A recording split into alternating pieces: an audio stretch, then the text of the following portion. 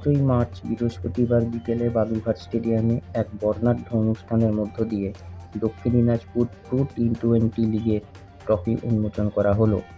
Indian premier লিগের আদলে গত বছর থেকে শুরু হওয়া এই প্রতিযোগিতা শুধুমাত্র একটি ক্রীড়া প্রতিযোগিতা নয়, বরং জেলার ক্রীড়াপ্রেমীদের জন্য এক বিশাল উৎসবের রূপ নিয়েছে।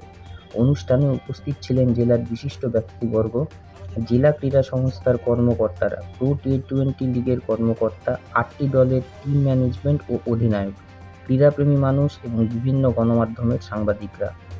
বিশেষ অতিথি হিসেবে উপস্থিত ছিলেন রাজ্যের প্রাক্তন মন্ত্রী ও ম্যাকিনটোশ বার্ন লিমিটেডের চেয়ারম্যান শঙ্কর চক্রবর্তী, বালুরঘাট লোকসভার প্রাক্তন সাংসদ অর্পিতা ঘোষ এবং বালুরঘাট পৌরসভার পৌরাধ্যক্ষ সুরজিৎ সাহা।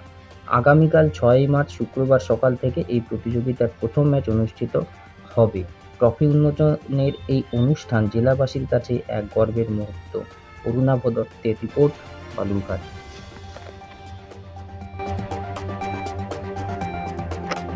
যাদের জন্য এই আয়োজন সম্ভব হয়েছে সেই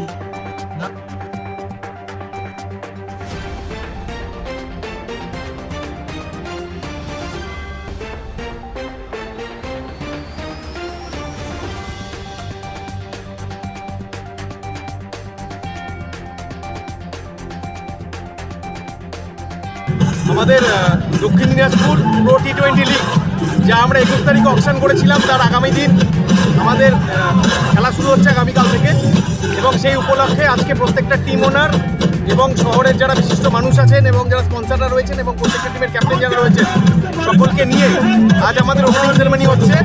আগামীকাল সকাল 9:30টায় এই টুর্নামেন্টের প্রথম বল পড়বে বালুরঘাট টাইটান্স বনাম ব্যালিস্টিক 11 বালুরঘাটের প্রথম ম্যাচ এবং দিনে দুটো করে ম্যাচ হবে এবং IPL-এর ধাঁচে পুরো টুর্নামেন্টটা হচ্ছে। এবং বালুরঘাট তথা জেলার বিভিন্ন জায়গা থেকে 8টা ফ্র্যাঞ্চাইজি টিম আসে। আমরা সকল মানুষকে বলবো আপনারা আসুন এবং ভালো খেলা হবে। রঞ্জি লেভেলের প্লেয়াররা খেলতে আসছে।